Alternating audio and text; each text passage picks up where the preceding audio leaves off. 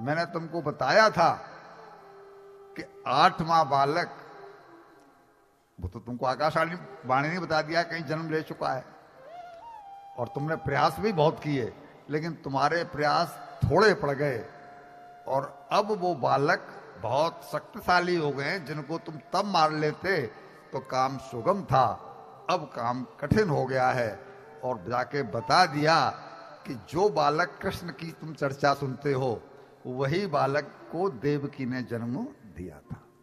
और रातों रात वसुदेव जी उसे गोकुल पहुंचाया है, और यशोदाया सुताम कन्याम, यशोदा की जो कन्या उत्पन्न हुई थी उसको लेकर के आए थे, जो कि तुम्हारे हाथ से छूट करके और देवी का रूप धारण करके जिसने भविष्यवाणी की थी।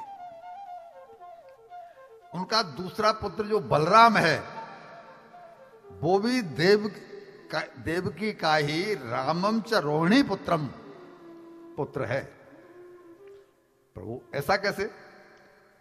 बोला ऐसा इसलिए कि तुमने समझा था कि 7वां गर्भ गिर गया है, वो गिरा नहीं था, देवताओं ने योग माया के द्वारा उसे देव रोहिणी के गर्भ में स्थापित करवा दिया, और तुम्हारी एक पत्नी पल रही है नंद बाबा के घर पर, तो राम भी बलराम भी उन्हीं का पुत्र है। अब तो कंस उड़ गया कि मेरे साथ इतनी बड़ी देवताओं ने चालबाजी की।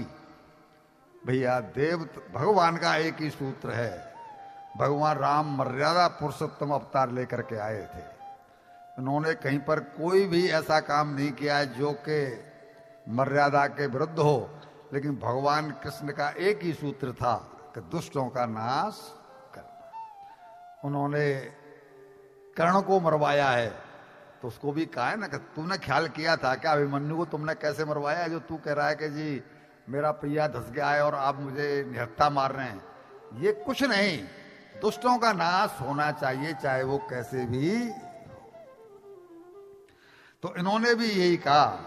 कंस ने कुड़ करके, अब उन्होंने तो ठीक है, उन्होंने कपट किया, छल किया, सही बात है ये बात, लेकिन दुष्टों का नाश कैसे हुआ अगर कपट छल नहीं करें तो। कंस ने कुड़कर अब वसुदेव देवकी को फिर से जेल में डाल दिया। सुनाया था ना कि वसुदेव देवकी को रिहा कर दिया था, उसने बड़ा वेदांत का उपदेश दिया था, बड़ा क्षमा मांगी थी उनसे, और आज फिर डाल दिया। और जो उनके यहाँ एक मंत्री थे अक्रूर जी, ये यदुवंशी हैं, इनको भी बुलाया और बुला करके इनसे कहा कि देखो मैं कृष्ण और बलराम को मारना चाहता हूं।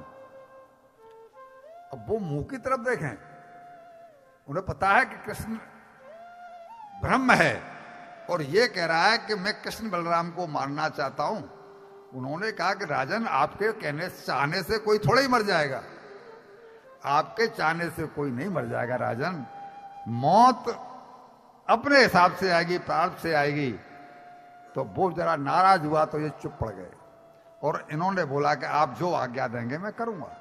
तो उन्होंने कह दिया कि मैं धनुष यज्ञ के बहाने कृष्ण बलराम को तुम मथुरा ले आओ, मैं उनको वहां मथुरा में मारूंगा। कुबलिया पीड़ हाथी और मैंने जो मल्ल पाले हुए हैं वो सारे मिलकर के उनको मारेंगे। और साथ ही एक बात उसने ऐसी कही जो कि बड़ी अटपटी है। इसने कहा कि साथ ही मेरे जो पिता हैं उग्रसेन, मैं उनको भी मार डालूंगा, अपने पिता उग्रसेन को भी मार डालूंगा। क्यों? कि वो अभी भी राजा बने हुए बैठे हैं, मुझे सत्ता नहीं सौंप रहे।